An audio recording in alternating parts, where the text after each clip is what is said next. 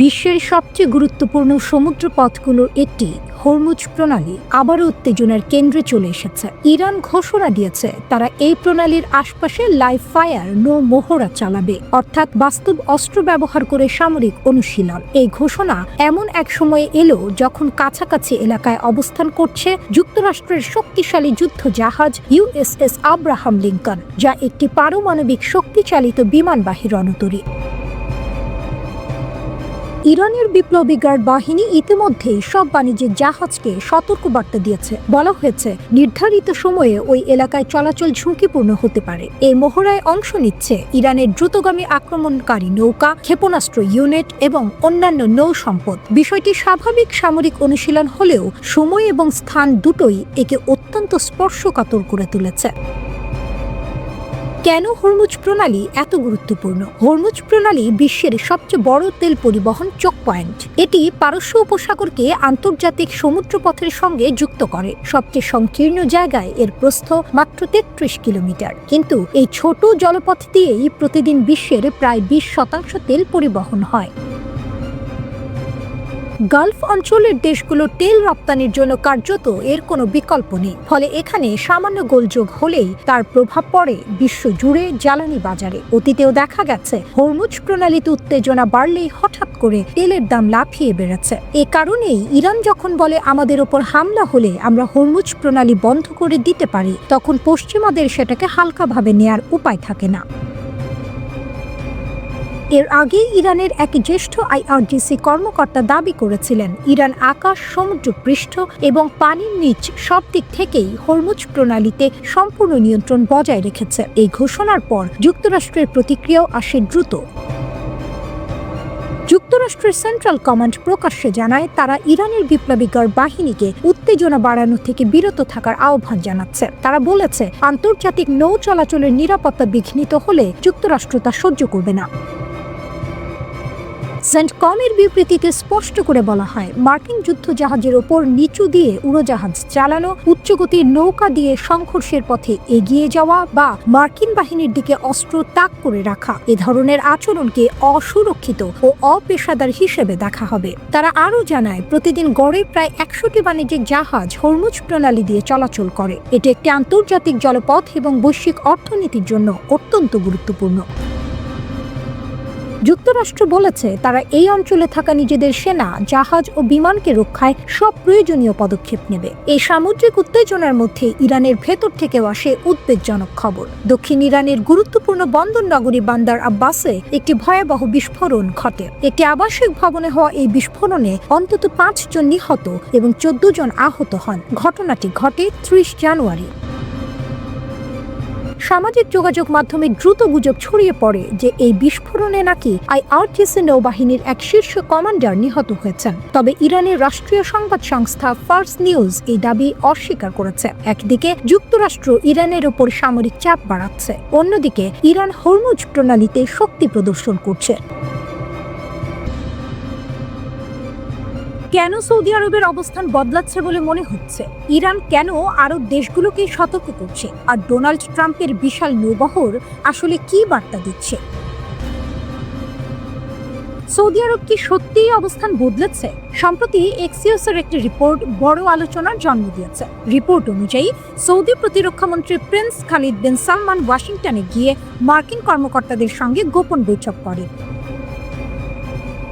এই বৈঠকে সৌদি আরব নাকি যুক্তরাষ্ট্রকে একটি স্পষ্ট বার্তা দেয়, ইরানের বিরুদ্ধে সিদ্ধান্তহীনতা দেখালে তেহরান আরও সাহসী হয়ে উঠবে। এটা গুরুত্বপূর্ণ কারণ এর আগে সৌদি আরব ঠিক উল্টো কথা বলেছিল। আগে সৌদি যুবরাজ মোহাম্মদ বিন সালমান ট্রাম্পকে সতর্ক করেছিলেন, বলেছিলেন ইরানে হামলা হলে গোটা উপসাগর জুড়ে যুদ্ধ ছড়িয়ে পড়তে পারে, তেলের বাজারে ধস পড়তে পারে, পুরো বিশ্ব অর্থনীতি ক্ষতিগ্রস্ত হবে। এমনকি ২৭ জানুয়ারি সৌদি যুবরাজ সরাসরি ইরানের প্রেসিডেন্ট মাসুদ পেজেশকিয়ানকে ফোন করেছিলেন। সেখানে তিনি বলেছিলেন সৌদি আকাশসীমা ইরানের বিরুদ্ধে কোনো হামলায় ব্যবহার করতে দেয়া হবে না। তাহলে প্রশ্ন উঠছে, হঠাৎ কি বদলে গেল? ইরানের হুঁশিয়ারিতে কি সৌদি অবস্থান বদলালো? এর পেছনে আছে ইরানের একটি কড়া বার্তা। ইরানের সুপ্রিম ন্যাশনাল সিকিউরিটি কাউন্সিলের প্রধান আলী লারিজানি নাকি সরাসরি ফোন করেছেন সৌদি আরব, কাতার, সংযুক্ত আরব আমিরাত। বার্তাটা ছিল ভয়ঙ্করভাবে স্পষ্ট। যদি যুক্তরাষ্ট্র ইরানে হামলা চালায়, তাহলে ওই দেশগুলোর মাটিতে থাকা মার্কিন দূতাবাস ও সামরিক স্থাপনাও লক্ষ্যবস্তু হতে পারে। ইরান বলছে, আমাদের ওপর হামলা হলে শুধু আমেরিকা নয়, তার মিত্ররাও নিরাপদ থাকবে না। এই কারণেই আরব দেশগুলো এখন দ্বিধায়। একদিকে যুক্তরাষ্ট্রের মিত্র, অন্যদিকে ইরানের প্রতিবেশী। যুদ্ধ হলে সবচেয়ে আগে ক্ষতিগ্রস্ত হবে তারাই। ইরানের অবস্থান কি? ইরানের প্রেসিডেন্ট মাসুদ পেজেশকিয়ান স্পষ্ট ভাষায় বলেছেন, ইরান কখনোই যুদ্ধ চায় না, কিন্তু যদি আগ্রাসন হয় তাহলে জবাব হবে দ্রুত এবং কঠোর। ইরানের দাবি, তারা কূটনীতি চায়, আন্তর্জাতিক আইন মেনে চলতে চায়, কিন্তু পশ্চিমা দেশগুলোর কথায় কূটনীতি বললেও কাজে তা মানে না। এই বক্তব্য শুধু যুক্তরাষ্ট্রের জন্য নয়, বরং আরব দেশগুলোর জন্য একটি সতর্ক সংকেত। ট্রাম্পের বিশাল নৌবহর আসলে কি? এদিকে ডোনাল্ড ট্রাম্প নিজেই ঘোষণা দিয়েছেন, ইরানের দিকে যাচ্ছে একটি বিশাল নৌবহর, ভেনেজুয়েলার সময়কার চেয়েও বড়। একাধিক যুদ্ধজাহাজ, বিমানবাহী রণতরী, মিসাইল সিস্টেম। ট্রাম্প একদিকে বলছেন, আমরা চুক্তি করতে চাই, আবার একই সঙ্গে বলছেন, আমাদের সেনাবাহিনী বিশ্বের সবচেয়ে শক্তিশালী, প্রয়োজনে ব্যবহার করব। এটাই ট্রাম্পের পরিচিত কৌশল, চাপ দিয়ে দর কষাকষি। তাহলে যুদ্ধ হবে কি? এখানেই আসল বিশ্লেষণ। যুক্তরাষ্ট্র শক্তি দেখাচ্ছে, ইরান পাল্টা হুঁশিয়ারি দিচ্ছে, আরব দেশগুলো মাঝখানে পড়ে আতঙ্কিত। এই পরিস্থিতিতে যুদ্ধ হলে হরমুজ প্রণালী বন্ধ হতে পারে, তেলের দাম আকাশ ছোঁয়া হবে, বৈশ্বিক অর্থনীতি বড় ধাক্কা খাবে। ইরানে কি হামলা করতে যাচ্ছে যুক্তরাষ্ট্র? সৌদি ইসরায়েলের সঙ্গে গোপন বৈঠক, ড্রোনে শক্তি বাড়ালো তেহরান। এখন প্রশ্ন একটাই, মধ্যপ্রাচ্যে কি আরেকটা বড় যুদ্ধের দিকে এগুচ্ছে বিশ্ব? কারণ পরিস্থিতি দিনে দিনে ভয়ঙ্কর রূপ নিচ্ছে। যুক্তরাষ্ট্র, ইসরায়েল, সৌদি আরব, তিন দেশের শীর্ষ সামরিক ও গোয়েন্দা কর্মকর্তারা হঠাৎ করে ওয়াশিংটনে একত্রিত হয়েছেন। আর ঠিক সেই সময়েই ইরান জানিয়ে দিয়েছে, তারা 1000 নতুন ড্রোন সেনাবাহিনীতে যুক্ত করেছে। এই দুটি ঘটনা একসঙ্গে ঘটছে মানেই কিছু একটা বড় বিষয় সামনে আসছে। যুক্তরাষ্ট্রের চূড়ান্ত সিদ্ধান্তের মুহূর্ত। মার্কিন গণমাধ্যম ও বার্তা সংস্থা রয়টার্স এবং এক্সিওস জানাচ্ছে, যুক্তরাষ্ট্রের প্রেসিডেন্ট ডোনাল্ড ট্রাম্প এখন ইরানের বিরুদ্ধে সরাসরি সামরিক হামলার বিষয়টি গুরুত্বের সঙ্গে বিবেচনা করছেন। এই অবস্থায় ইসরায়েলের সামরিক গোয়েন্দা প্রধান মেজর জেনারেল সলোমি বিন্ডার সম্প্রতি ওয়াশিংটনে যান। তিনি পেন্টাগন, CIA এবং হোয়াইট হাউসের নীতি নির্ধারকদের সঙ্গে একের পর এক বৈঠক করেন। এই বৈঠকগুলোর মূল বিষয় ছিল ইরানের ভেতরের গুরুত্বপূর্ণ সামরিক ও কৌশলগত লক্ষ্যবস্তু, কোথায় আঘাত করলে ইরান সবচেয়ে বেশি ক্ষতিগ্রস্ত হবে, হামলা হলে ইরানের প্রতিক্রিয়া কি হতে পারে। ইসরায়েল তাদের কাছে থাকা গোয়েন্দা তথ্য যুক্তরাষ্ট্রের হাতে তুলে দিয়েছে। সৌদি আরবের ভূমিকা, যুদ্ধ নয়, আলোচনার চেষ্টা। এদিকে সৌদি আরব পুরোপুরি আলাদা অবস্থান নিচ্ছে। সৌদি প্রতিরক্ষা মন্ত্রী প্রিন্স খালিদ বিন সালমানও ওয়াশিংটনে পৌঁছাচ্ছেন। তিনি মার্কিন পররাষ্ট্রমন্ত্রী মার্কো রুবিও এবং বিশেষ দূত স্টিভ উইটকফের সঙ্গে বৈঠক করবেন। সৌদি আরব স্পষ্ট করে বলছে, তারা যুদ্ধে যেতে চায় না, বরং রিয়াদ চেষ্টা করছে যুক্তরাষ্ট্র ও ইরানের মধ্যে মধ্যস্থতা করতে। সৌদি আরব জানে, যদি ইরান যুক্তরাষ্ট্র যুদ্ধ শুরু হয়, তাহলে পুরো মধ্যপ্রাচ্য অস্থির হয়ে উঠবে, তেলের দাম বাড়বে, বাণিজ্য বন্ধ হবে, আর সবচেয়ে বেশি ক্ষতি হবে এই অঞ্চলের দেশগুলোর। ইরানের পাল্টা প্রস্তুতি, 1000 নতুন ড্রোন। যুক্তরাষ্ট্রের হুমকির মধ্যেই ইরান জানালো, তারা তাদের সেনাবাহিনীতে 1000 নতুন ড্রোন যুক্ত করেছে। ইরানের আধা সরকারি সংবাদ সংস্থা তাসনিম জানায়, এই ড্রোনগুলো সেনাবাহিনীর বিভিন্ন শাখায় ছড়িয়ে দেওয়া হয়েছে। ইরানের সেনাপ্রধান আমির হাতামি বলেন, বর্তমান হুমকির কথা মাথায় রেখে আমরা আমাদের সামরিক সক্ষমতা শুধু ধরে রাখছি না, আরও শক্তিশালী করছি। তার কথার মানে পরিষ্কার, যদি কেউ আক্রমণ করে, ইরান প্রস্তুত। ইরানের কড়া বার্তা যুক্তরাষ্ট্রকে। ইরানের পররাষ্ট্রমন্ত্রী আব্বাস আরাকচি আরও এক ধাপ এগিয়ে গিয়ে বলেন, যুক্তরাষ্ট্র বা অন্য কেউ যদি ইরানের ভূমি, আকাশ বা সাগরে আঘাত করে, তাহলে তাৎক্ষণিক ও শক্তিশালী জবাব দেওয়া হবে। এই বক্তব্য আসে ঠিক তখনই যখন ট্রাম্প নিজের সামাজিক যোগাযোগ মাধ্যম ট্রুথ সোশ্যালে লেখেন একটি বড় মার্কিন নৌবহর ইরানের দিকে এগিয়ে যাচ্ছে। আরাকচি বলেন, গত বছর জুনে ইসরায়েলের হামলা এবং যুক্তরাষ্ট্রের পারমাণবিক স্থাপনায় আঘাত থেকে ইরান মূল্যবান শিক্ষা নিয়েছে। তার দাবি, সেই 12 দিনের অভিজ্ঞতা ইরানকে এখন আরও দ্রুত আরও বড় পরিসরে জবাব দেওয়ার সক্ষমতা দিয়েছে। কূটনীতি নাকি যুদ্ধ? সবশেষে ইরানের স্পষ্ট বার্তা, হুমকি দিয়ে আলোচনা হয় না। আরাকচির ভাষায়, যদি যুক্তরাষ্ট্র সত্যিই আলোচনা চায় তাহলে আগে সামরিক হুমকি বন্ধ করতে হবে। এখন প্রশ্ন হলো, ট্রাম্প কি শেষ পর্যন্ত যুদ্ধের পথে যাবেন, নাকি সৌদি মধ্যস্থতায় আবার আলোচনা টেবিলে ফিরবে যুক্তরাষ্ট্র ও ইরান? যদি হঠাৎ আকাশ ভরে যায় হাজার হাজার ড্রোনে, ভাবুন এক মুহূর্তের জন্য ওমান সাগর বা পারস্য উপসাগর থেকে আমেরিকার একটি বিশাল বিমানবাহী রণতরী ইরানের দিকে এগিয়ে আসছে। সঙ্গে আছে ডেস্ট্রয়ার, ফ্রিগেট, মিসাইলবাহী যুদ্ধ জাহাজ, একটি পূর্ণাঙ্গ ক্যারিয়ার স্ট্রাইক গ্রুপ। হঠাৎ রাডারে ধরা পড়ল অস্বাভাবিক কিছু। আকাশে উঠছে শত শত, না হাজার হাজার ড্রোন। সবগুলোর লক্ষ্য একটাই, এই বহরের নেতা, বিশাল এয়ারক্রাফট ক্যারিয়ার। এটাই হচ্ছে সেই ভয়ঙ্কর কৌশল যেটা নিয়ে এখন সামরিক বিশ্লেষকরা সবচেয়ে বেশি আলোচনা করছেন। এয়ারক্রাফট ক্যারিয়ার কি অজেয়? আমরা সাধারণত ভাবি আমেরিকার বিমানবাহী রণতরী মানেই অজেয় শক্তি। এগুলোর এয়ার ডিফেন্স খুব শক্তিশালী, আছে আধুনিক রাডার, এয়ার ডিফেন্স গান, একের পর এক মিসাইল সিস্টেম। কিন্তু একটা বড় সমস্যা আছে, এগুলো একসাথে হাজার হাজার লক্ষ্যবস্তু মোকাবিলার জন্য তৈরি না। যদি একসাথে অল্প কয়েকটা মিসাইল আসে, ঠেকানো সম্ভব, কিন্তু যদি আকাশ ভরে যায় ড্রোনে, সবগুলোকে ধ্বংস করা প্রায় অসম্ভব। আর এখানেই আসে ইরানের ভয়ঙ্কর পরিকল্পনা। কামিকাজে ড্রোন ইরানের সবচেয়ে বড় অস্ত্র। ইরানের ইসলামী বিপ্লবী গার্ড বাহিনী IRGC বছরের পর বছর ধরে হাজার হাজার কামিকাজে ড্রোন তৈরি করেছে। সবচেয়ে পরিচিত দুটি মডেল শাহিদ 131, শাহিদ 136। এই ড্রোনগুলো কতটা ভয়ঙ্কর তা ইউক্রেন যুদ্ধ দেখলেই বোঝা যায়। ইরান এই প্রযুক্তি রাশিয়াকে দিয়েছে। রাশিয়া সেই ডিজাইন ব্যবহার করে বানিয়েছে জেরান ড্রোন। আজ ইউক্রেনের শহরগুলোতে প্রতিদিন যে ড্রোন হামলা হচ্ছে তার পেছনে এই প্রযুক্তিই কাজ করছে। ড্রোন বনাম মিসাইল। কেন ড্রোন বেশি বিপজ্জনক? একটা মিসাইল খুব দামি, একটা ড্রোন তুলনামূলকভাবে অনেক সস্তা। কিন্তু সমস্যা হলো একসাথে হাজার হাজার ড্রোন ছোড়া যায়। এই কৌশলকে সামরিক ভাষায় বলা হয় সোয়ার্ম অ্যাটাক। এর মানে কি, শত্রুর এয়ার ডিফেন্স যতই শক্তিশালী হোক, সে সব লক্ষ্য ধরতে পারবে না, সবকিছুর উপর মিসাইল নষ্ট করতে পারবে না।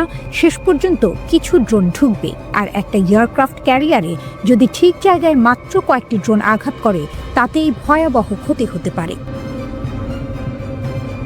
ইরান কি এটা আগেও করেছে?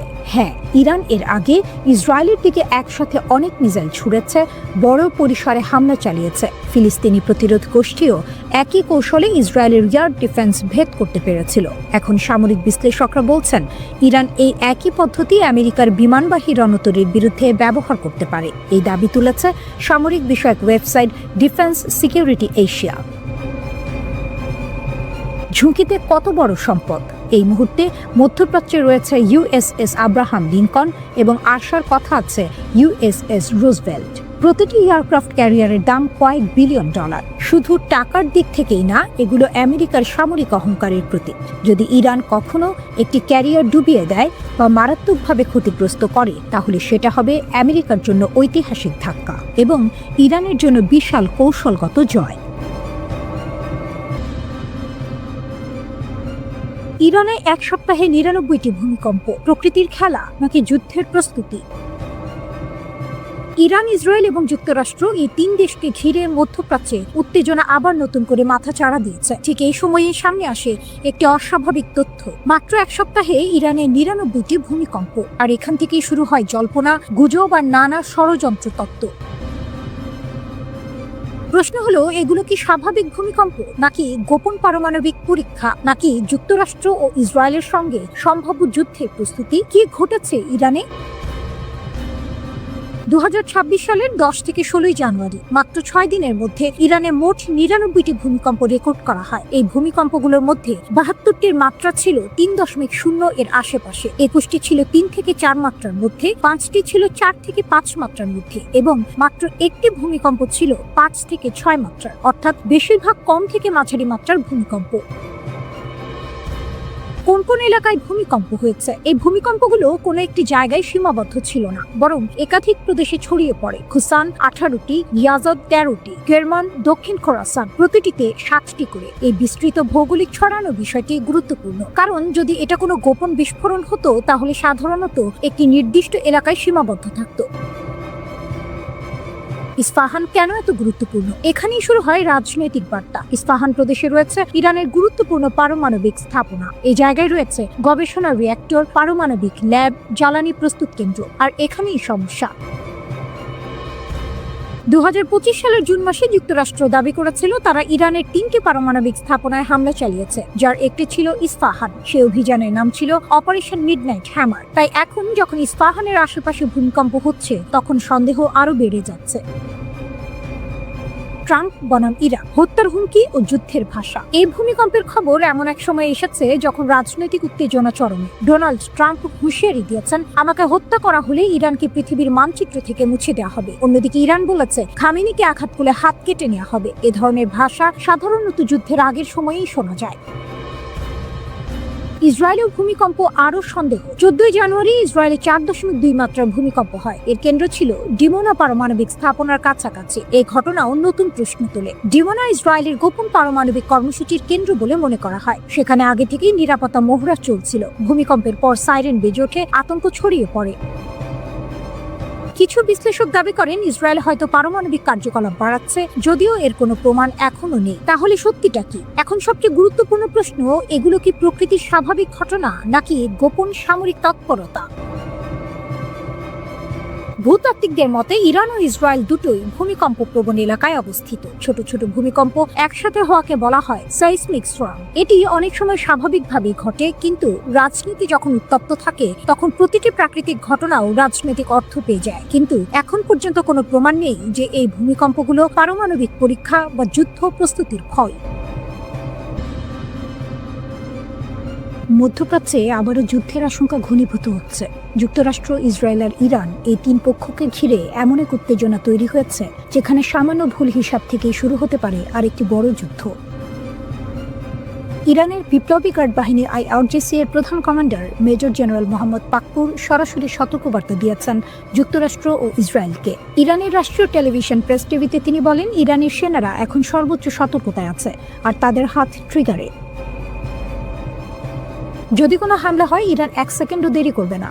পাকপুর বলেন, যুক্তরাষ্ট্র আর ইসরায়েল যেন ইতিহাস থেকে শিক্ষা নেয়। তিনি ইঙ্গিত দেন আগের 12 দিনের যুদ্ধে যেখানে শত্রুপক্ষ বড় ক্ষতির মুখে পড়েছিল। তার ভাষায়, যদি আবার কোনো ভুল হিসাব করা হয় তাহলে শাস্তি হবে আরও বেশি যন্ত্রণাদায়ক, আর এমন হবে যার জন্য পরে শুধু অনুশোচনা ছাড়া কিছুই থাকবে না। তিনি আরও বলেন, ইরান আগের যে কোনো সময়ের তুলনায় এখন অনেক বেশি শক্তিশালী প্রতিরক্ষা ব্যবস্থা গড়ে তুলেছে। দেশের সীমান্ত রক্ষা, আকাশ প্রতিরক্ষা আর পাল্টা হামলার ক্ষমতা সবই এখন অভূতপূর্ব পর্যায়ে। হঠাৎ এত কড়া ভাষা কেন? এর পেছনে বড় কারণ ডোনাল্ড ট্রাম্প। ইরানের পররাষ্ট্রমন্ত্রী আব্বাস আরাগচি সম্প্রতি ট্রাম্পের বক্তব্যের তীব্র সমালোচনা করেছেন। তিনি বলেছেন, ট্রাম্পের কথাবার্তা এই মুহূর্তে উস্কানিমূলক ও দায়িত্বজ্ঞানহীন।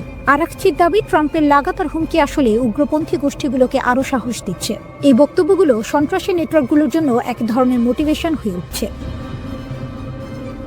এর আগেও ইরানের এক শীর্ষ সামরিক কর্মকর্তা সরাসরি ওয়াশিংটনকে সতর্ক করে দিয়েছিলেন, ইরানের সর্বোচ্চ নেতা আয়াতুল্লাহ আলী খামেনির বিরুদ্ধে কোনো পদক্ষেপ নিলে তার ফল ভয়াবহ হবে। এই প্রেক্ষাপটেই আসে ইরানের সবচেয়ে কড়া বার্তা। এক ইরানি জেনারেল বলেন, আমরা ট্রাম্পের চিৎকারকে গুরুত্ব দিই না, কিন্তু তিনি জানেন যদি আমাদের নেতার দিকে কেউ হাত বাড়ায় তাহলে সেই হাত শুধু কাটা হবে না, আমরা তাদের পুরো দুনিয়ায় আগুনে জ্বালিয়ে দেব। তিনি আরও বলেন, শত্রুপক্ষের জন্য এই অঞ্চলে কোনো নিরাপদ জায়গা থাকবে না। ইরানের ভূখণ্ডের 1 ইঞ্চিও যদি লঙ্ঘন করা হয় তাহলে হুমকি বড় হওয়ার আগেই তা ধ্বংস করা হবে। অন্য পাশে যুক্তরাষ্ট্রও বসে নেই। মার্কিন সেন্ট্রাল কমান্ড জানিয়েছে মধ্যপ্রাচ্যে আরও যুদ্ধ বিমান মোতায়েন করা হচ্ছে।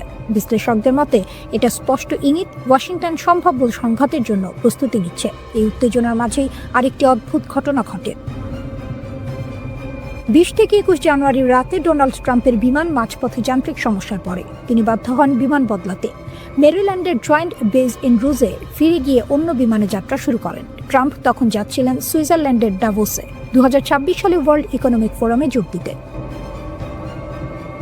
এই ঘটনার কয়েক ঘন্টা আগে ট্রাম্প ইরানকে আবার হুঁশিয়ারি দিয়েছিলেন। তার ভাষায়, যদি কিছু ঘটে পুরো দেশটাই উড়িয়ে দেওয়া হবে। আমার খুব কঠোর নির্দেশ আছে, কিছু হলেই তারা পৃথিবীর মানচিত্র থেকে মুছে যাবে। একদিকে ইরান বলছে তারা প্রস্তুত, ট্রিগারে হাত। অন্যদিকে যুক্তরাষ্ট্র বলছে হামলা হলে ধ্বংস অনিবার্য। এই মুহূর্তে মধ্যপ্রাচ্যে দাঁড়িয়ে আছে এক ভয়ঙ্কর মোড়ে। এটা হয় শক্তি দেখিয়ে যুদ্ধ ঠেকানোর খেলা, না হয় এমন এক সংঘাতের শুরু যার প্রভাব পুরো বিশ্বে ছড়িয়ে পড়তে পারে।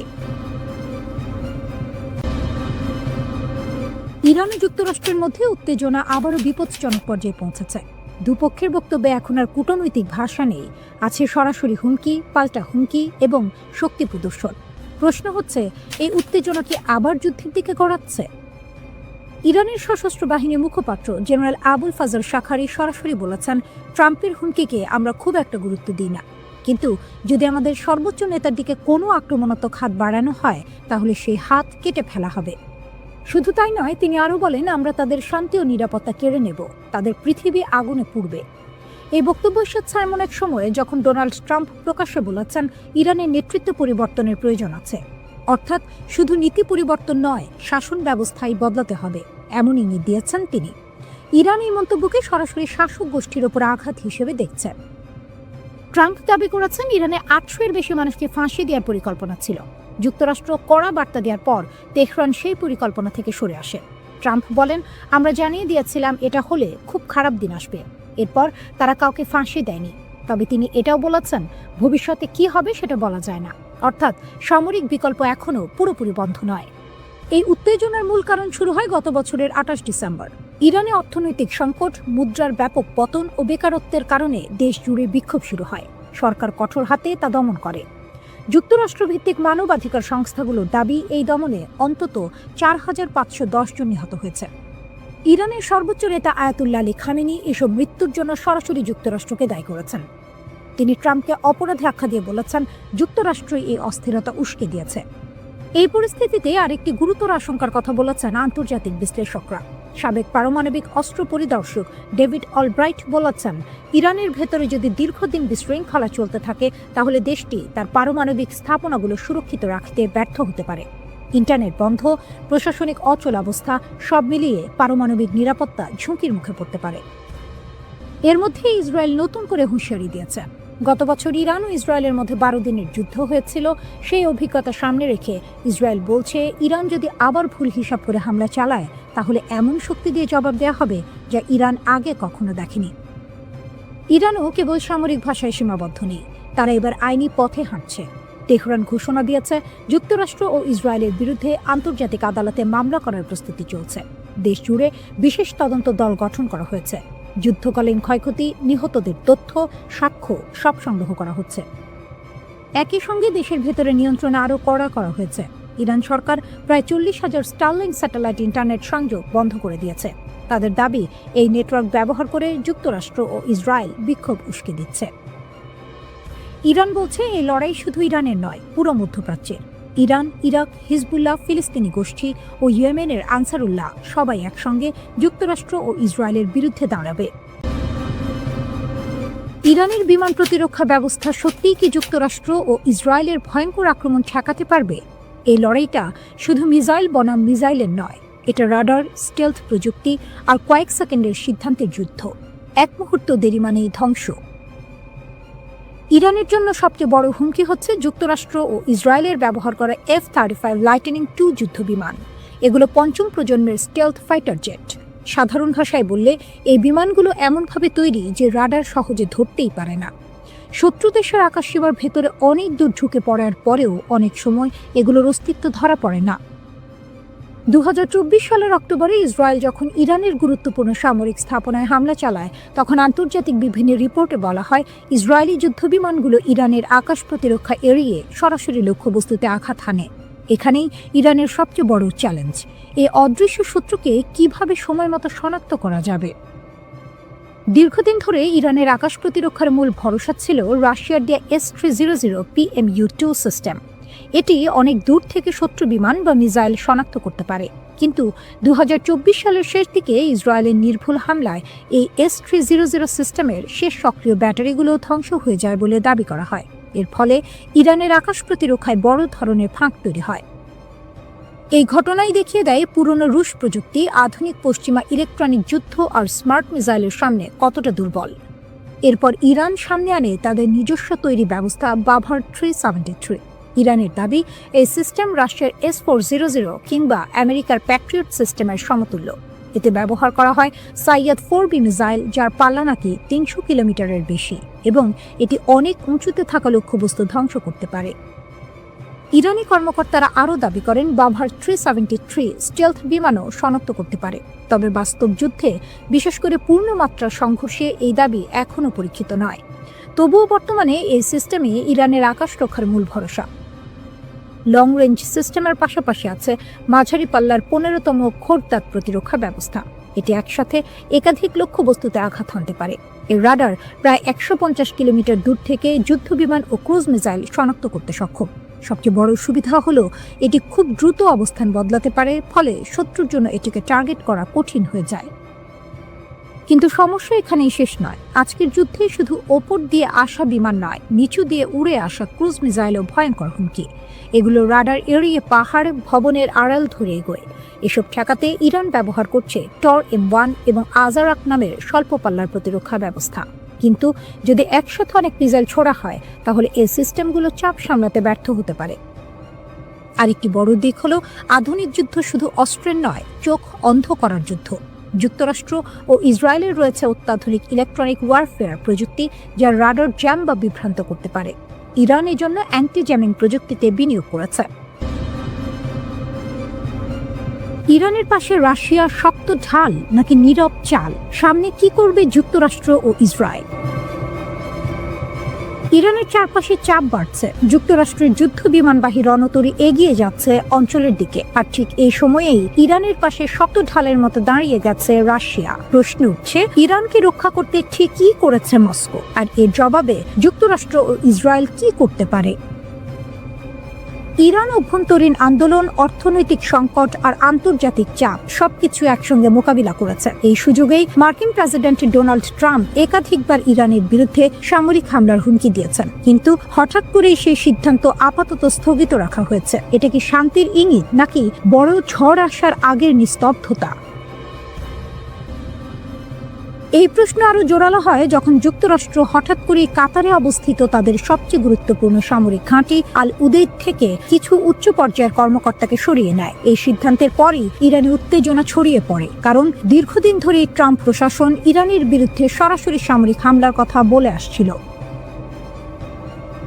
এদিকে সৌদি আরব, কাতার, মিশর সহ একাধিক উপসাগরীয় দেশ যুক্তরাষ্ট্রকে স্পষ্ট বার্তা দিয়েছে, ইরানে হামলা হলে পুরো মধ্যপ্রাচ্য আগুনে জ্বলে উঠবে। শুধু তাই নয়, এর বড় ধাক্কা আসবে মার্কিন অর্থনীতিতেও। বিশ্লেষকদের মতে, যুক্তরাষ্ট্র যদি ইরানে হামলা চালায়, তাহলে তেহরান চুপ করে বসে থাকবে না। মধ্যপ্রাচ্যে থাকা মার্কিন সামরিক ঘাঁটিগুলোতে পাল্টা হামলা চালাতে পারে ইরান। পাশাপাশি বিশ্বের অন্যতম গুরুত্বপূর্ণ জ্বালানি রুট হরমুজ প্রণালী বন্ধ করে দেওয়ার ক্ষমতাও রয়েছে তাদের হাতে, যার প্রভাব পড়বে বিশ্ব জুড়ে তেলের বাজারে। এই উত্তেজনার মাঝেই প্রশ্ন ওঠে, ইরানের ভেতরের আন্দোলনের অবস্থা এখন কি? আন্তর্জাতিক সংবাদ মাধ্যমগুলো জানাচ্ছে, ইরানে এখনো পুরোপুরি ইন্টারনেট চালু হয়নি, তবে সরকার বিরোধী আন্দোলনের তীব্রতা অনেকটাই কমে এসেছে। কারণ হিসেবে বলা হচ্ছে, সহিংস আন্দোলনকারীদের বিরুদ্ধে ইরানের আইন শৃঙ্খলা বাহিনী কঠোর ব্যবস্থা নিয়েছে। ব্যাপক গ্রেপ্তার আর নজরদারির ফলে আন্দোলনের গতি ধীরে ধীরে থেমে গেছে। এখানেই আসে রাশিয়ার ভূমিকা। ইউক্রেন যুদ্ধে ইরান যে ড্রোন ও অন্যান্য সহযোগিতা রাশিয়াকে দিয়েছিল, সেই কথা ভুলে যাননি প্রেসিডেন্ট ভ্লাদিমির পুতিন। ইরান যখন নিজেই সংকটে পড়ে, তখন নীরব না থেকে সাহায্যের হাত বাড়িয়ে দেয় মস্কো। আন্দোলনের সময় ইরান সরকার ইন্টারনেট বন্ধ করে দিলে ট্রাম্পের ঘনিষ্ঠ ব্যবসায়ী ইলন মাস্ক ঘোষণা দেন তিনি ইরানিদের জন্য বিনামূল্যে স্টারলিং স্যাটেলাইট ইন্টারনেট চালু করবেন। উদ্দেশ্য ছিল আন্দোলনকারীদের যোগাযোগ সহজ করা, কিন্তু এই পরিকল্পনাও পুরোপুরি সফল হয়নি। খবর অনুযায়ী স্টারলিং ঠেকাতে ইরান ব্যবহার করেছে রাশিয়ার দেয়া বিশেষ প্রযুক্তি। এক ধরনের জ্যামার ব্যবহার করে স্টারলিংকের আপলিংক ও ডাউনলিংক ট্রাফিকের প্রায় ৮০% ক্ষতিগ্রস্ত করা হয়। ফলে ইলন মাস্কের উদ্যোগ বড় বাধার মুখে পড়ে। শুধু প্রযুক্তিগত সহায়তাই নয়, কূটনৈতিকভাবেও ইরানের পাশে দাঁড়িয়েছে রাশিয়া। পুতিন প্রকাশ্যে জানিয়েছে তিনি ইরানের বিরুদ্ধে যে কোনো সামরিক আগ্রাসনের বিরোধী। একই সঙ্গে যুক্তরাষ্ট্র ও ইরানের উত্তেজনা কমাতে মধ্যস্থতাকারীর ভূমিকাও নিতে প্রস্তুত তিনি।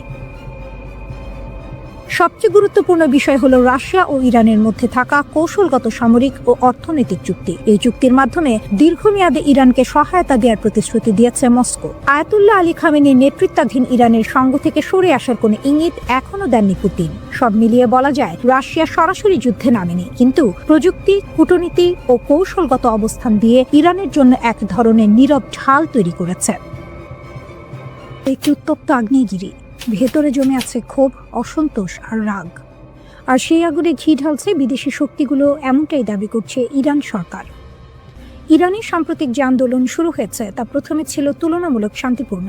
মানুষ রাস্তায় নেমেছিল নিজেদের দাবি নিয়ে, কিন্তু সময় গড়ানোর সঙ্গে সঙ্গে সে আন্দোলন সহিংস রূপ নিতে শুরু করে। বিভিন্ন শহরে সরকারি ভবন, অবকাঠামো এবং নিরাপত্তা বাহিনীর ওপর হামলার ঘটনা ঘটে। ইরান সরকারের বক্তব্য পরিষ্কার, তাদের দাবি এই আন্দোলনকে কাজে লাগিয়ে দেশকে অস্থিতিশীল করার চেষ্টা করছে বিদেশি শত্রুরা, বিশেষ করে যুক্তরাষ্ট্র ও ইসরায়েল। ইরানের সর্বোচ্চ নেতা আয়াতুল্লাহ আলী খামেনি এই মুহূর্তে সবচেয়ে বড় চাপে আছেন। তিনি একজন কঠোর শাসক, এটা সত্য। তার শাসন ব্যবস্থায় ব্যক্তিকেন্দ্রিক ক্ষমতার প্রভাব প্রবল, কিন্তু একই সঙ্গে তিনি অভিজ্ঞ ও লড়াকু রাজনীতিবিদ। ইরানের বিপ্লব, যুদ্ধ, নিষেধাজ্ঞা সব ঝড় পেরিয়েই তিনি এখানে পৌঁছেছেন। এখন পুরো জনস্রোতের বিপরীতে দাঁড়িয়ে একাই লড়াই করছেন খামেনি। এই অবস্থায় বিক্ষোভ নিয়ন্ত্রণে নামানো হয়েছে বিশেষ নিরাপত্তা অভিযান। ইরানের আইনশৃঙ্খলা বাহিনী ফারাজা দাবি করেছে দক্ষিণাঞ্চলীয় বন্দর নগরী বুশেহর থেকে প্রায় ৬০০টি অস্ত্র উদ্ধার করা হয়েছে। এই অস্ত্রগুলো নাকি পাচার করা হচ্ছিল রাজধানী তেহরানে। ফারাজার মতে যদি এসব অস্ত্র তেহরানে পৌঁছাতো তাহলে বড় ধরনের নগরযুদ্ধ এবং ভয়াবহ প্রাণহানি ঘটতে পারত। এই অভিযানে অন্তত ২ জন সন্ত্রাসীকে গ্রেপ্তার করা হয়েছে বলেও জানানো হয়। একই সঙ্গে ইরানের গোয়েন্দা সংস্থাগুলো আরও একটি গুরুতর দাবি করেছে। তারা বলছে একটি সশস্ত্র সন্ত্রাসী চক্রকে শনাক্ত ও ভেঙে দেওয়া হয়েছে, যারা সাধারণ মানুষ ও নিরাপত্তা বাহিনীর সদস্যদের হত্যা করার পরিকল্পনা করছিল। আধা সরকারি সংবাদ সংস্থা তাসনিম জানিয়েছে এই চক্রটি নাকি ইসরায়েলের গোয়েন্দা সংস্থা মোসাদ দ্বারা প্রশিক্ষিত ছিল। তাদের নগরযুদ্ধের বিশেষ প্রশিক্ষণ দেওয়া হয়েছিল। ইরানি গণমাধ্যমের দাবি অনুযায়ী এই সন্ত্রাসীরা সাম্প্রতিক বিক্ষোভকে ঢাল হিসেবে ব্যবহার করে রাজধানীর বিভিন্ন এলাকায় সশস্ত্র হামলা চালায়। তাদের হাতে ছিল AK-47 রাইফেল, শর্টগান এবং অন্যান্য আগ্নেয়াস্ত্র। নিরাপত্তা বাহিনীর প্রকাশিত ছবিতে দেখা যায় সন্ত্রাসীরা একে অপরের সঙ্গে যোগাযোগের জন্য স্যাটেলাইট ফোন ব্যবহার করছিল। ইরানের দাবি এই অস্ত্র ও প্রযুক্তির মাধ্যমেই তারা সমন্বিত হামলা চালিয়ে পরিস্থিতি আরও ভয়াবহ করার চেষ্টা করেছিল। আরও গুরুতর অভিযোগ হলো এই চক্র নাকি সামরিক ও পুলিশ সদর দপ্তরে হামলা চালিয়ে সেখান থেকে অস্ত্র লুট করে এবং সেগুলো অন্য দাঙ্গাকারীদের মধ্যে বিতরণ করেছিল। উদ্দেশ্য ছিল একটাই, শহরের ভেতরে সহিংসতা নিয়ন্ত্রণের বাইরে নিয়ে যাওয়া। ইরান সরকার বরাবরই বলে আসছে এই অস্থিরতার পেছনে বিদেশি শক্তির হাত রয়েছে। তারা যুক্তরাষ্ট্র ও ইসরায়েলকে সরাসরি দায়ী করছে। এমনকি সাবেক মার্কিন পররাষ্ট্রমন্ত্রী মাইক পম্পেওর একটি সামাজিক যোগাযোগ মাধ্যমের পোস্টের কথাও তুলে ধরা হয়েছে, যেখানে ইরানের রাস্তায় বিক্ষোভকারীদের পাশে মোসাদ এজেন্টদের উপস্থিতির ইঙ্গিত দেওয়া হয়েছিল বলে দাবি করছে ইরানি পক্ষ। এছাড়াও ফার্সি ভাষায় প্রকাশিত কিছু অনলাইন বার্তায় বিক্ষোভকারীদের রাস্তায় নামার আহ্বান জানানো হয়েছিল, যেগুলো মোসাদের সঙ্গে যুক্ত বলে দাবি ইরানের। ইরানের বিপ্লবী গার্ডের জেনারেল মোহসিন রেজাই এক ভয়ঙ্কর হুমকি দিয়েছেন। তিনি সরাসরি মার্কিন প্রেসিডেন্ট ডোনাল্ড ট্রাম্পকে লক্ষ্য করে বলেছেন, ট্রাম্প বলেছেন তার হাত পিস্তলের ট্রিগারে, আমরা তার হাত এবং আঙুল কেটে ফেলব। প্রকাশ্যে তিনি এই হুমকি দিয়েছেন। জেনারেল রেজাই আরও বলেন, যদি যুক্তরাষ্ট্র হামলা চালায় ইরান তখন পর্যন্ত কোনো যুদ্ধবিরতি মেনে নেবে না যতক্ষণ না তার লক্ষ্য পূর্ণ হয়। তিনি স্পষ্ট করে বলেন, যদি যুদ্ধ এগোতে থাকে যুদ্ধবিরতি নিয়ে কোনো আলোচনা হবে না। ট্রাম্পকে সতর্ক করে তিনি যোগ করেছেন, আমরা যা সংযম এবং কৌশল দেখেছি আপনি তো উপেক্ষা করছেন, এখনই থামুন, পিছিয়ে যান, না হলে মধ্যপ্রাচ্যে আপনার কোনো ঘাঁটি নিরাপদ থাকবে না। এই হুমকির পর কিছুটা শিথিল হয়েছে উত্তেজনা। মধ্যপ্রাচ্যের উপসাগরীয় দেশগুলো সৌদি আরব, কাতার এবং ওমান যুক্তরাষ্ট্রের প্রেসিডেন্ট ট্রাম্পকে শান্ত থাকার পরামর্শ দিয়েছে। পাকিস্তানে নিযুক্ত ইরানের রাষ্ট্রদূত জানিয়েছেন, ট্রাম্প নিজে ইরানকে বলেছেন যে তার কোনো হামলার পরিকল্পনা নেই। তবে ইরান সরকার এই আশ্বাস পুরোপুরি বিশ্বাস করছে না, কারণ গত বছরের পারমাণবিক আলোচনা চলাকালীন যুক্তরাষ্ট্র ও ইসরায়েল ইরানে হামলা চালিয়েছিল। ইরান ইসরায়েলের নেতাদের মধ্যে যোগাযোগেও দেখা দিয়েছে নতুন পর্ব। রাশিয়ার প্রেসিডেন্ট ভ্লাদিমির পুতিন জানুয়ারিতে ইসরায়েলের প্রধানমন্ত্রী বেনিয়ামিন নেতানিয়াহু ও ইরানের প্রেসিডেন্ট মাসুদ পেজেশকিয়ানের সঙ্গে ফোনে কথা বলেছেন। ক্রেমলিন জানিয়েছে, পুতিন মধ্যপ্রাচ্যে সামরিক সংঘাতের আশঙ্কা দেখে উত্তেজনা কমানোর জন্য মধ্যস্থতার প্রস্তাব দিয়েছেন। ক্রেমলিনের মুখপাত্র দিমিত্রি পেসকভ বলেন, এই অঞ্চলের পরিস্থিতি অত্যন্ত সংকটাপন্ন। প্রেসিডেন্ট পুতিন উত্তেজনা হ্রাসে মধ্যস্থতার প্রচেষ্টা চালাচ্ছেন। ফোন কলে পুতিন ইরান এবং ইসরায়েলের মধ্যে কৌশলগত অংশীদারিত্ব আরও শক্তিশালী করার প্রতিশ্রুতি দিয়েছেন। অন্যদিকে ইরানের প্রেসিডেন্টের দপ্তর জানিয়েছে, পেজেশকিয়ান রাশিয়ার জন্য জাতিসংঘে ইরানের সমর্থনের প্রশংসা করেছেন। ইরান রাশিয়ার একজন কৌশলগত অংশীদার হিসেবে বিবেচিত, তাই যে কোনো সংঘাত যা ইরানের প্রো মস্কো নেতৃত্বকে হুমকির মুখে ফেলতে পারে তার বিষয়ে রাশিয়া সতর্ক। এই ফোন কল রাশিয়ার প্রথম প্রকাশ্য মন্তব্য ছিল, যা ইরানের সরকারের সঙ্গে মস্কোর সরাসরি সংযোগ প্রকাশ করে। রাশিয়া ইসরায়েলের সঙ্গে সুসম্পর্ক বজায় রাখার চেষ্টা করছে, যদিও 2023 সালের গাজার ঘটনায় ইসরায়েলের কর্মকাণ্ড নিয়ে রাশিয়ার সমালোচনা সম্পর্ককে কিছুটা জটিল করেছে। পুতিনের সঙ্গে নেতানিয়াহুর ফোন কলে ক্রেমলিন জানিয়েছে, মধ্যস্থতার প্রচেষ্টা চালিয়ে যাওয়ার জন্য রাশিয়া প্রস্তুত, তবে এখন পর্যন্ত কোনো নির্দিষ্ট পদক্ষেপের বিস্তারিত প্রকাশ করা হয়নি। এই পরিস্থিতিতে মধ্যপ্রাচ্যের পরিস্থিতি ঝুঁকিপূর্ণ। সৌদি আরব, কাতার ও ওমান যুক্তরাষ্ট্রের প্রেসিডেন্টকে বোঝানোর চেষ্টা করছে যে ইরানের ওপর হামলা এই অঞ্চলে মারাত্মক প্রভাব ফেলতে পারে। অন্যদিকে ইরান ট্রাম্পকে সতর্ক করে বলছে, যদি যুক্তরাষ্ট্র এগোতে চায় তাহলে কোনো ঘাঁটি নিরাপদ থাকবে না।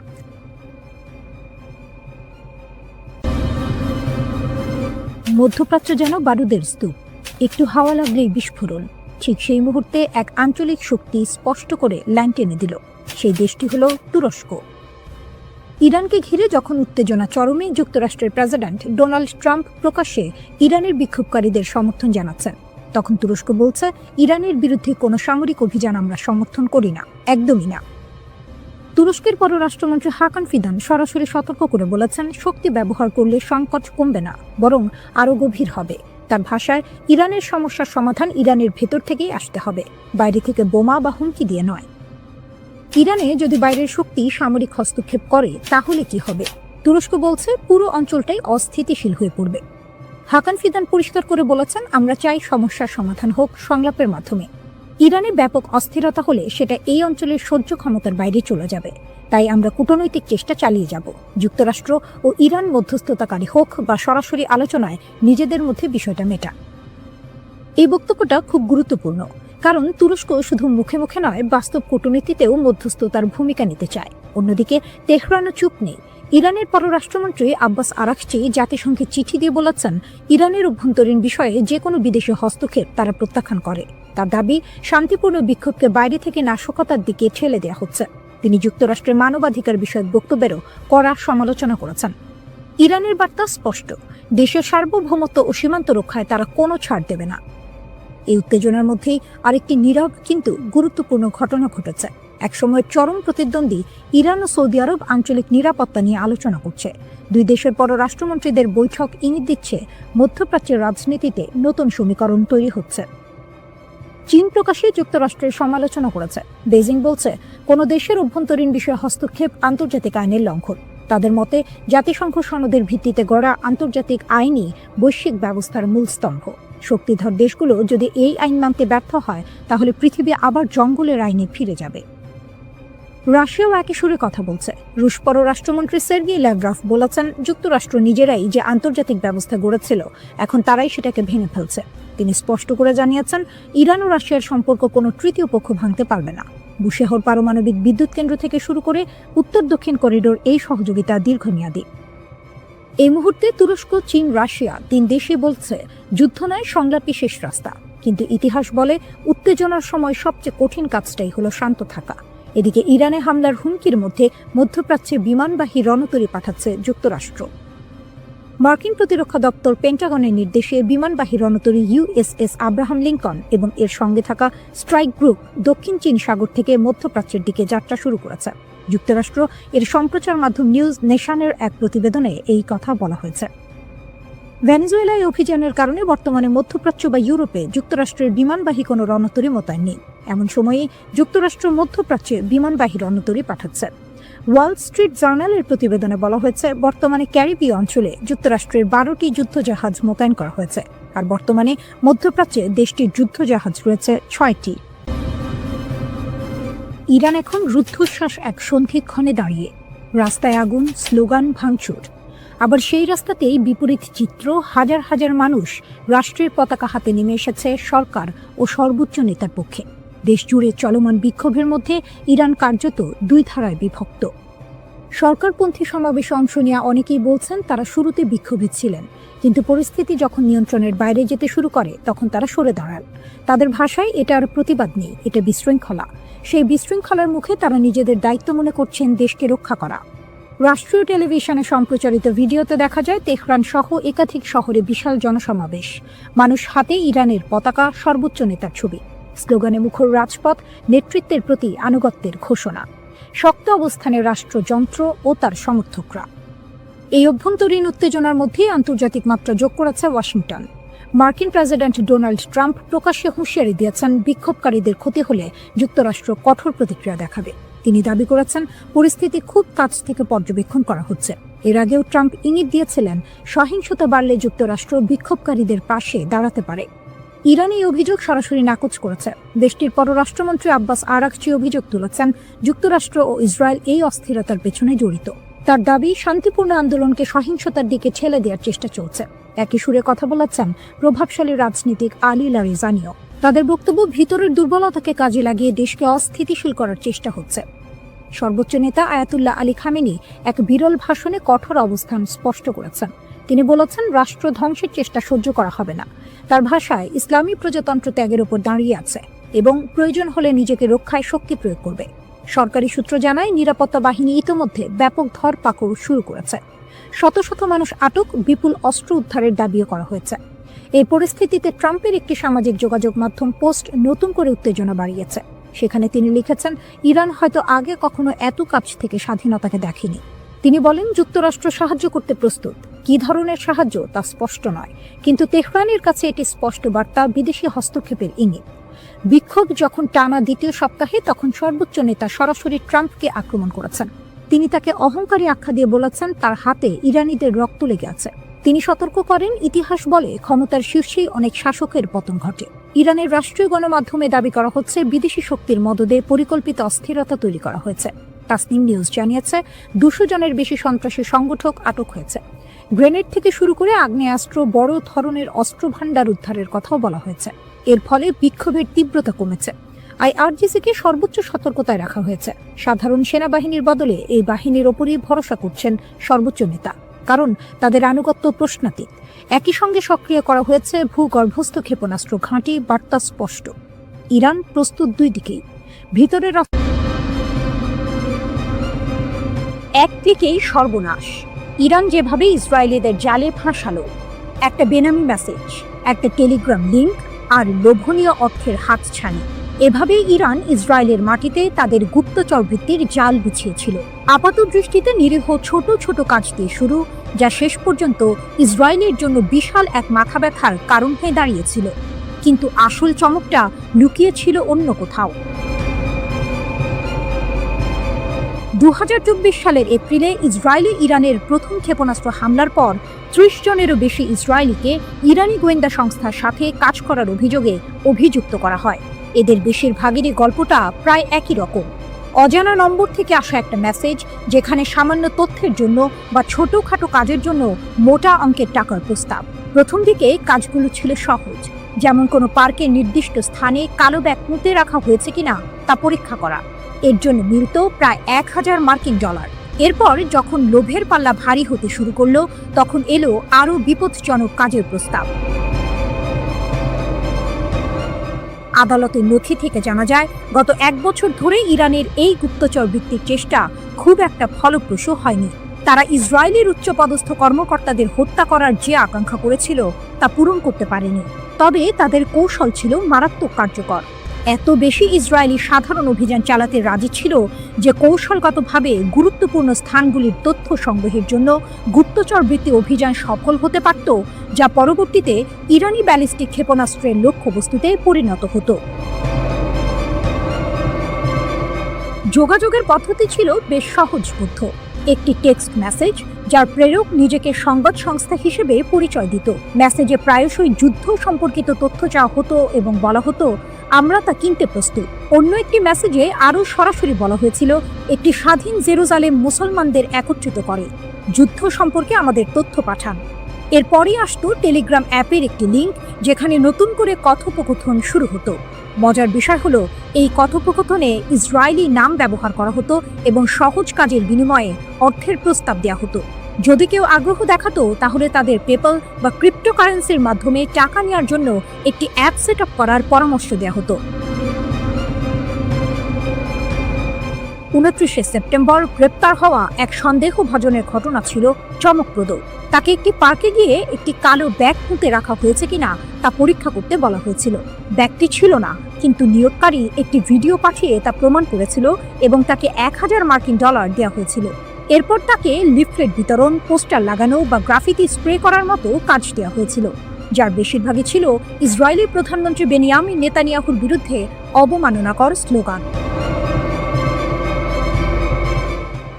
এরপর এলো আরও সংবেদনশীল কাজ, ছবি তোলা। আজারবাইজান বংশোদ্ভূত এক ইসরায়েলিকে দেশের বিভিন্ন স্পর্শকাতর স্থাপনার ছবি তোলার জন্য ভাড়া করা হয়েছিল। এমনকি এই কাজকে সে পারিবারিক ব্যবসায় পরিণত করেছিল। সে তার আত্মীয়দের হাইফা বন্দরের সুবিধাগুলোর ছবি তুলতে সাহায্য করেছিল, যা পরে ইরানি ক্ষেপণাস্ত্রের আঘাতে ক্ষতিগ্রস্ত হয়। 72 বছর বয়সী মরতে চাই মতি মামান এর ঘটনাটি ছিল আরও নাটকীয়। তার অর্থের প্রয়োজন ছিল এবং তুরস্কের 2 ব্যবসায়ী ভাইয়ের মাধ্যমে তার পরিচয় হয় এডি নামের এক ইরানি ব্যবসায়ীর সাথে। এডি শুকনো ফল এবং মশলা আমদানি করত। মামানকে সাইপ্রাস হয়ে সামান্দাগে উড়ে যেতে বলা হয়। এরপর তাকে তুরস্কের ইউকসেকোভা শহরে নিয়ে যাওয়া হয়, যেখানে সে একটি হোটেলে ছিল। এডি মামানকে জানায় যে ইসরায়েলিদের ইরানে পাচার করার একটি উপায় আছে। মামান রাজি হয় এবং একটি ট্রাকে লুকিয়ে ইরানে প্রবেশ করে। সেখানে এডি এবং একজন দ্বিতীয় ইরানি কর্মকর্তা মামানের সাথে একটি বিলাসবহুল হোটেলে দেখা করে এবং 3টি কাজের জন্য তাকে $1000 প্রস্তাব দেয়। ইসরায়েলের নির্দিষ্ট স্থানে টাকা বা বন্দুক রেখে আসা, জনাকীর্ণ স্থানের ছবি তোলা এবং অন্যান্য এজেন্টদের হুমকি দেয়া, যারা শত্রুতাপূর্ণ মিশন পরিচালনার জন্য ইরান থেকে তহবিল পেয়েছিল, কিন্তু আসলে তাদের মিশন সম্পাদন করেনি।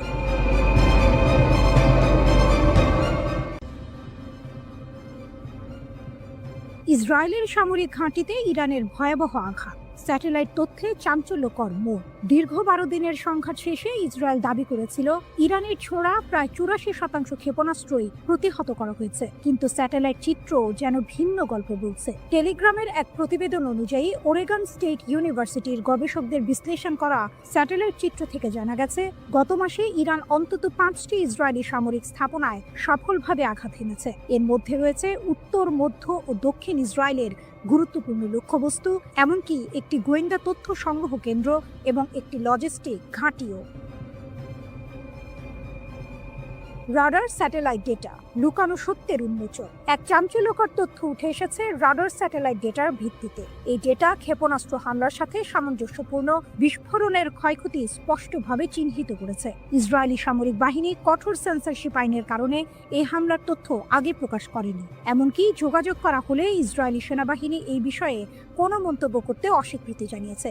ইসরায়েলি সামরিক সেন্সরশিপ আইন সক্রিয় সংঘাতের সময় সংবেদনশীল নিরাপত্তা তথ্য প্রকাশে কঠোর বিধিনিষেধ আরোপ করে, যা এই গোপনীয়তার মূল কারণ। বিমান প্রতিরক্ষা ব্যবস্থার দুর্বলতা, কৌশলগত বিপর্যয়। টেলিগ্রাফের প্রতিবেদন আরও বলছে, সংঘাতের প্রথম ৮ দিনে ইরানের ক্রমবর্ধমান সংখ্যক ক্ষেপণাস্ত্র ইসরায়েলের বহুল আলোচিত বিমান প্রতিরক্ষা ব্যবস্থায় সফলভাবে প্রবেশ করেছে। বিশ্লেষকরা মনে করছেন, সীমিত ইন্টারসেপ্টর ক্ষেপণাস্ত্র সরবরাহ, ইরানের আরও উন্নত প্রযুক্তি অথবা আক্রমণ কৌশলের পরিবর্তনের কারণে এটি ঘটেছে।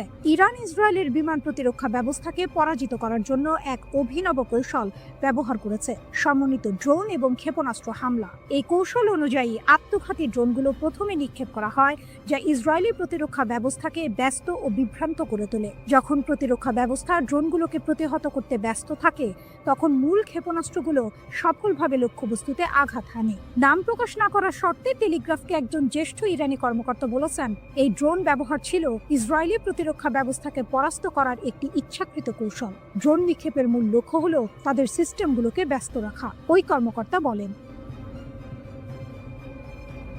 সংঘাতের অপ্রত্যাশিত বাঁক, ইরানের প্রতিশোধ ও মার্কিন যুক্তরাষ্ট্রের হস্তক্ষেপ। 13ই জুন ইসরায়েলি সরকার ইরানের বিরুদ্ধে বেআইনি আগ্রাসন শুরু করে, যার ফলে অনেক জ্যেষ্ঠ কমান্ডার, পারমাণবিক বিজ্ঞানী এবং সাধারণ নাগরিক নিহত হন।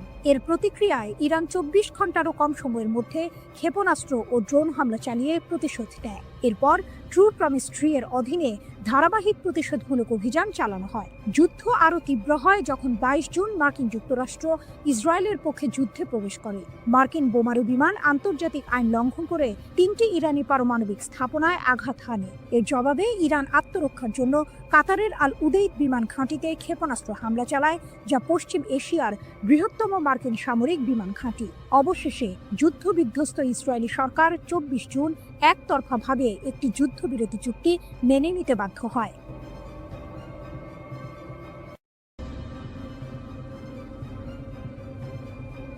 ভয়ঙ্কর এক সংবাদের শিরোনাম, কিন্তু তার ভেতরের কথা আরো গভীর। ইরান বলছে তারা এখনো কোনো ক্ষেপণাস্ত্রের শহরের দরজা খোলেনি। এর মানে কি? এর মানে হলো তাদের আসল আঘাত করার ক্ষমতা এখনো অব্যবহৃত।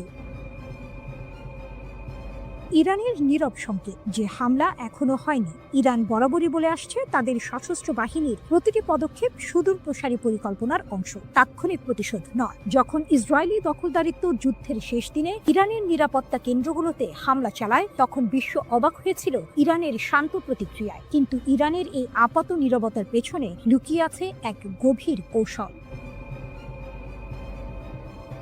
ফজলির কথা স্পষ্ট, পারমাণবিক অস্ত্রের ক্ষেত্রে ইরানের প্রযুক্তিগত জ্ঞান রয়েছে, কিন্তু তাদের আদর্শিক নীতি এর ব্যবহার বা তৈরির বিপক্ষে। এই কথাগুলো আপাত দৃষ্টিতে শান্তি এবং সংযমের বার্তা দিলেও এর ভেতরের টুইস্ট হলো, প্রযুক্তিগত জ্ঞান আছে মানে হলো তারা চাইলে তা করতে সক্ষম। এটি ইসরায়েল এবং পশ্চিমা দেশগুলোর জন্য এক শীতল সতর্কবার্তা।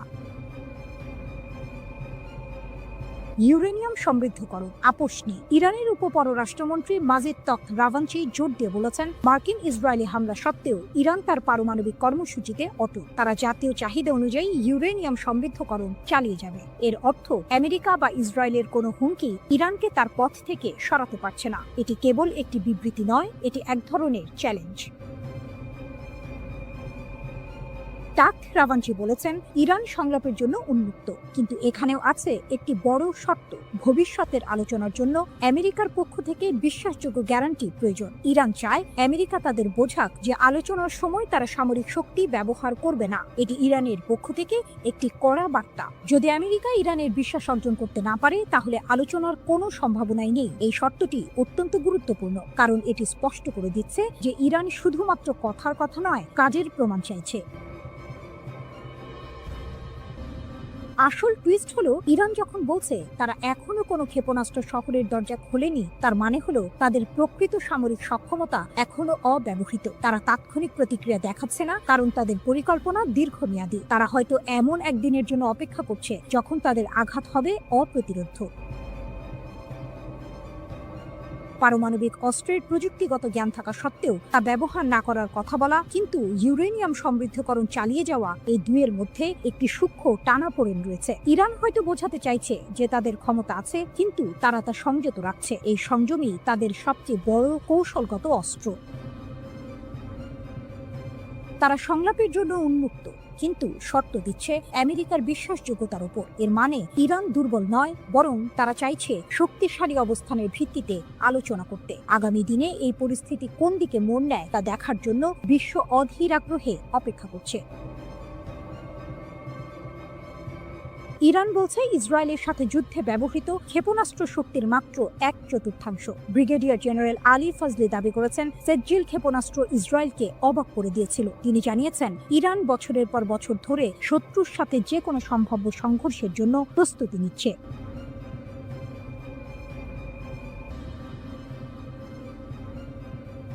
ইসরায়েলের কপালে চিন্তার ভাঁজ। ইরান নাকি এবার ধ্বংসাত্মক আর অভূতপূর্ব জবাব দেবে। ইরানের নতুন হুঁশিয়ারি। ইসরায়েলের কপালে কি আছে? মধ্যপ্রাচ্যের রাজনীতিতে আবারও উত্তাপ ছড়িয়েছে। ইরানের শীর্ষ সামরিক কর্মকর্তারা ইসরায়েলের বিরুদ্ধে কড়া হুঁশিয়ারি দিয়েছেন।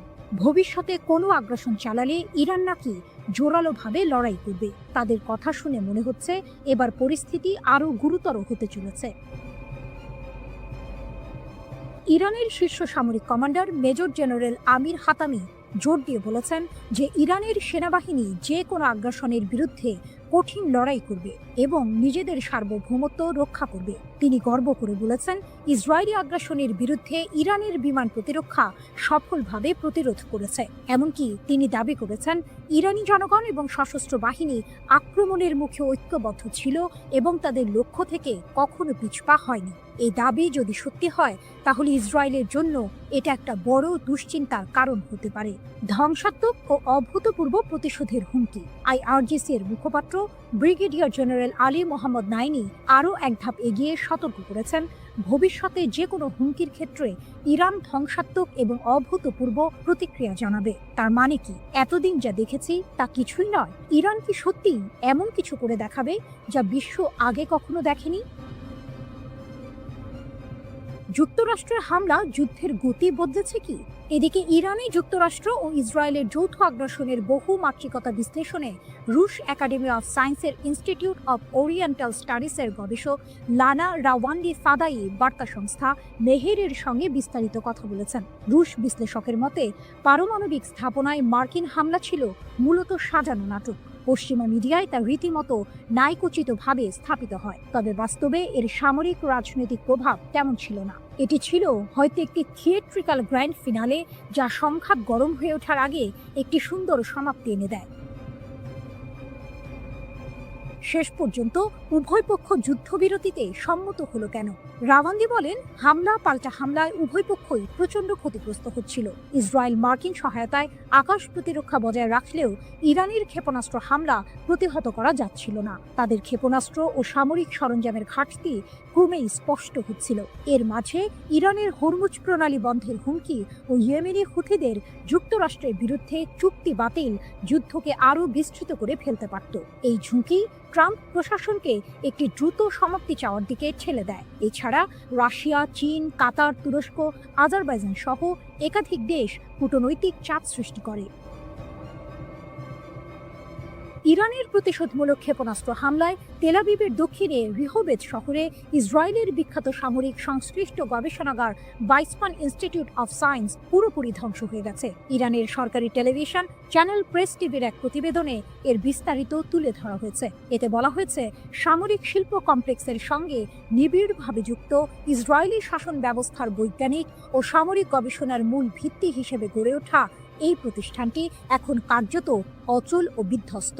ইসরায়েলি সংবাদ মাধ্যমের তথ্য অনুসারে ইরানের সুনির্দিষ্ট এই হামলাকে ভুল করে আক্রমণ হিসেবে দেখা হচ্ছে না, বরং এর লক্ষ্য ছিল পদার্থবিদ্যা, বায়োটেকনোলজি ও কৃত্রিম বুদ্ধিমত্তা সহ সামরিক গবেষণার গুরুত্বপূর্ণ এই কেন্দ্রটিকে গুঁড়িয়ে দেয়া।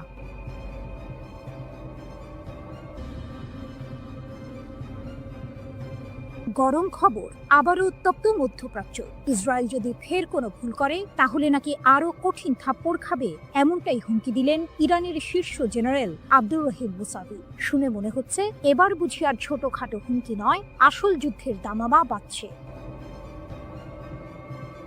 লেবাননের একটি টিভি চ্যানেলে দেওয়া সাক্ষাৎকারে ইরানের সশস্ত্র বাহিনীর প্রধান major general Abdur Rahim Musavi সরাসরি হুমকি দিয়েছেন ইসরায়েলকে। তার কথা পরিষ্কার, গত মাসে ইসরায়েল আর আমেরিকার হামলার জবাবে ইরান নাকি তাদের সব শক্তি ব্যবহার করেনি, অর্থাৎ যা হয়েছে তা নাকি ছিল শুধু ট্রেলার। যদি ইসরায়েল আবার একই ভুল করে তাহলে ইরান জাতি আর তাদের সেনাবাহিনী নাকি ইসরায়েলকে আরো কঠিন থাপ্পড় দেবে।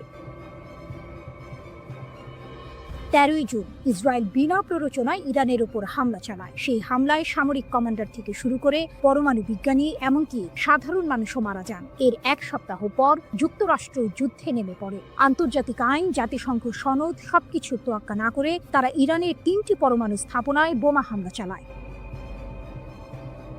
যখন ইসরায়েল আর যুক্তরাষ্ট্র হামলা চালাচ্ছে তখন কি ইরান চুপচাপ বসেছিল?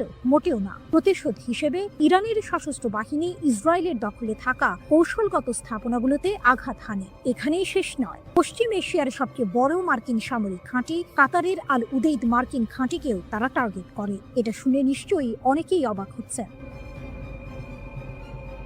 ইরান এতদিন ধরে শুধু হুমকি দিয়ে আসছিল, কিন্তু এবার তারা সরাসরি পাল্টা হামলা চালিয়েছে। 24 জুন ইরান সফলভাবে প্রতিশোধমূলক অভিযান চালিয়ে ইসরায়েল এবং যুক্তরাষ্ট্রের হামলা বন্ধ করতে সক্ষম হয়। শীর্ষ জেনারেলের দাবি, ইসরায়েল নাকি যুদ্ধবিরতির জন্য অনুরোধ করতে বাধ্য হয়েছিল যাতে তারা নিজেদের গুছিয়ে নিতে পারে। এই তথ্য যদি সত্যি হয় তাহলে পরিস্থিতি কিন্তু আরো ঘোলাটে, কারণ এতদিন আমরা যা জেনে এসেছিলাম তার চেয়ে আসল চিত্রটি হয়তো আরো ভিন্ন। যুক্তরাষ্ট্রের প্রত্যক্ষ সমর্থনেই মূলত ইরানে হামলা চালায় যুদ্ধবাজ ইসরায়েল। তবে পরের দিকে এই আগ্রাসন প্রবল প্রতিরোধের মুখে পড়ে এবং শেষ পর্যন্ত আন্তর্জাতিক কূটনীতির মাধ্যমে একটি যুদ্ধবিরতিতে পৌঁছায়। অপ্রকাশিত ক্ষমতা ও নতুন পর্যায়। মেজর জেনারেল মুসাভি আরও সতর্ক করেছেন, যদি যুদ্ধ দীর্ঘায়িত হয় এবং একটি নতুন পর্যায়ে প্রবেশ করে তাহলে ইসরায়েল নাকি ইরানের এমন ক্ষমতা দেখতে পাবে যা এখনো কাজে লাগানো হয়নি, অর্থাৎ ইরান নাকি তাদের আসল শক্তি এখনো দেখায়নি। তিনি এটাও বলেছেন, বছরের পর বছর ধরে ইসরায়েল আর তাদের সমর্থকরা ইরানের ওপর আঘাত হানার জন্য শক্তি সঞ্চয় করে আসছে। তাদের উদ্দেশ্য হলো পরমাণু ইস্যুকে অজুহাত হিসেবে ব্যবহার করে ইরানকে বিভক্ত করা, কিন্তু ইরান তাদের মৌলিক নীতি থেকে কখনো সরে আসবে না, যার মধ্যে ফিলিস্তিন ও তাদের জনগণের প্রতি সমর্থনও রয়েছে। তাহলে কি ইসরায়েল আর ইরান আবারও একটি বড় যুদ্ধের দিকে এগোচ্ছে?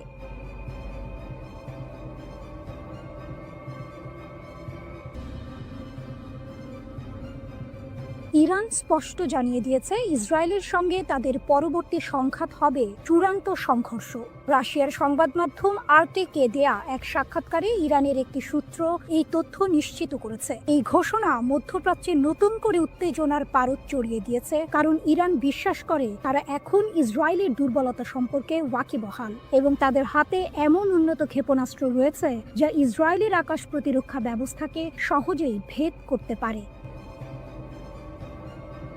গত 13ই জুন ইসরায়েল ইরানের ওপর হামলা চালায়। ইহুদিবাদী দেশটির দাবি ছিল তেহরান পারমাণবিক বোমা তৈরির শেষ পর্যায়ে পৌঁছে গেছে। এই হামলায় ইরানের পারমাণবিক ও সামরিক স্থাপনাগুলো ক্ষতিগ্রস্ত হয়, শত শত মানুষ এবং পারমাণবিক কর্মসূচির সঙ্গে জড়িত বেশ কয়েকজন উচ্চ পদস্থ সামরিক কর্মকর্তা ও বিজ্ঞানী নিহত হন। এরপর 22 জুন যুক্তরাষ্ট্র ইরানের 3টি পারমাণবিক স্থাপনায় হামলা চালায়, যার মধ্যে ছিল নাতানজ ও ফোর্দোর ইউরেনিয়াম সমৃদ্ধকরণ কেন্দ্র।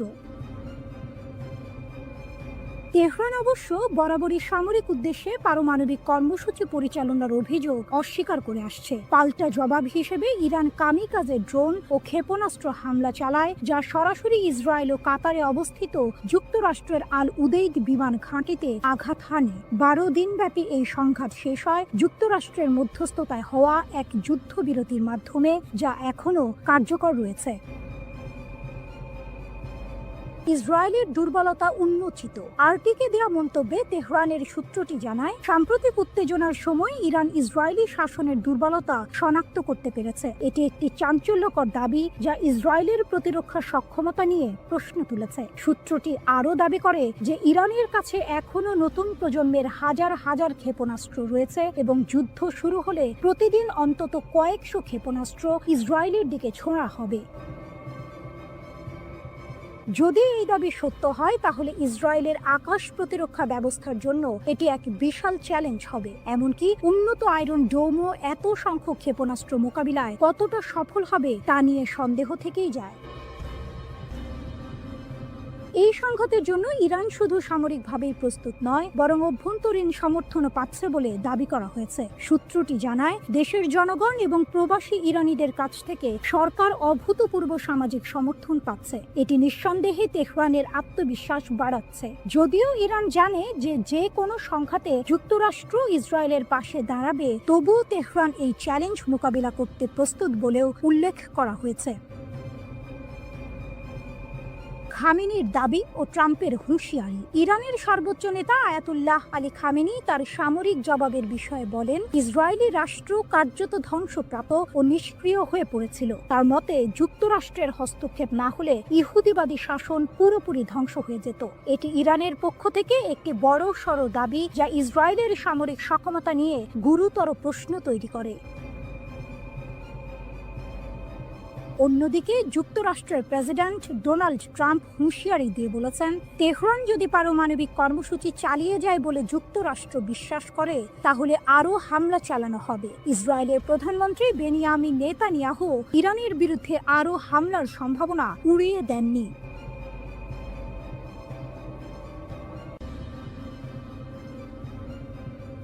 মোসাদ এজেন্টদের জালে ইরান, বিপুল অস্ত্রসহ গ্রেপ্তার 50।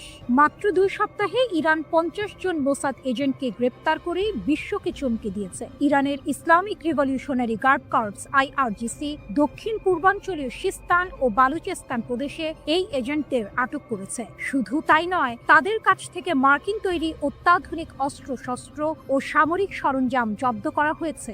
IRGC জানিয়েছে, এই এজেন্টরা ইরানের গুরুত্বপূর্ণ অবকাঠামো এবং অর্থনৈতিক কেন্দ্রগুলোতে নাশকতামূলক কর্মকাণ্ড চালানোর পরিকল্পনা করছিল। অস্ত্র পাচারের বিশাল চেষ্টা ব্যর্থ, 22,000 গুলিসহ আটক 3। এই ঘটনার পাশাপাশি ইরানের পশ্চিম লোরেস্তান প্রদেশের পুলিশ সামরিক গোলা বারুদের একটি বিশাল পাচার চক্র ভেঙে দিয়েছে। পোল-ই দোখতার শহরে একটি অভিযানে 22,000-এরও বেশি কালাশনিকভ গুলি জব্দ করা হয়েছে এবং 3 জন সন্দেহভাজনকে গ্রেপ্তার করা হয়েছে। লোরেস্তানের পুলিশ প্রধান ব্রিগেডিয়ার জেনারেল ইয়াহিয়া এলাহি জানিয়েছেন, পুলিশ গোয়েন্দা ইউনিটগুলো একটি মহাসড়কে 2টি গাড়ির সন্দেহজনক কার্যকলাপ লক্ষ্য করে এই অভিযান শুরু করে। পাচারকারীরা পালিয়ে যাওয়ার চেষ্টা করলেও পুলিশ গুলি চালিয়ে তাদের গাড়ি নিষ্ক্রিয় করে এবং সফলভাবে তাদের আটক করে। ধারণা করা হচ্ছে, এই গোলাবারুদ ইরানের পশ্চিমাঞ্চল থেকে লোড করে দেশের দক্ষিণাঞ্চলে পাচারের উদ্দেশ্যে ছিল, যা একটি বৃহত্তর অস্ত্র পাচার নেটওয়ার্কের অংশ। ইসরায়েলের ষড়যন্ত্র নসর, অভ্যন্তরীণ নিরাপত্তা জোরদার। 13 জুন ইরানে ইসরায়েলি হামলার পর থেকে ইরান তাদের অভ্যন্তরীণ নিরাপত্তা জোরদার করেছে এবং বিভিন্ন প্রদেশে গুপ্তচরদের বিরুদ্ধে কঠোর ব্যবস্থা নিচ্ছে। ইরানের বিচার বিভাগের মুখপাত্র আসগর জাহাঙ্গীর ঘোষণা করেছেন, ইসরায়েলি শত্রু ভাবাপন্ন কর্মী এবং গুপ্তচরদের একটি নেটওয়ার্কের মাধ্যমে ইরানের অভ্যন্তরীণ নিরাপত্তাকে ক্ষতিগ্রস্ত করার চেষ্টা করছিল। তাদের লক্ষ্য ছিল সামরিক হামলার পাশাপাশি দেশে বিশৃঙ্খলা ও নাশকতামূলক কর্মকাণ্ড চালানো। জাহাঙ্গীর দৃঢ়তার সাথে বলেছেন যে বিচার বিভাগীয় এবং নিরাপত্তা সংস্থাগুলোর সিদ্ধান্তমূলক পদক্ষেপের কারণে এই সমস্ত ষড়যন্ত্র ব্যর্থ করা হয়েছে। তিনি আরও জানান, বিশ্বাসঘাতকদের বিচার করতে এবং ইসরায়েলের সাথে যুক্ত ভার্চুয়াল অ্যাকাউন্টগুলো ট্র্যাক করার জন্য প্রদেশগুলোতে বিশেষ বিচার বিভাগীয় শাখা খোলা হয়েছে। 12 দিন ধরে চলা সংঘাতে শত শত যুদ্ধ বিমান, সশস্ত্র ড্রোন ও ক্ষেপণাস্ত্র ব্যবহার করে ইরানে হামলা চালিয়েছে ইসরায়েলি সেনাবাহিনী। তবে এই সংঘাতে ইসরায়েলকে সবচেয়ে বেশি সাফল্য এনে দিয়েছে অভিনব একটি কৌশল, আর তা হলো গোপনে ইরানের অভ্যন্তরে ঢুকে সেখান থেকে বিভিন্ন অভিযান পরিচালনা, স্থিরতা ও বাইরের চাপ মোকাবিলায়।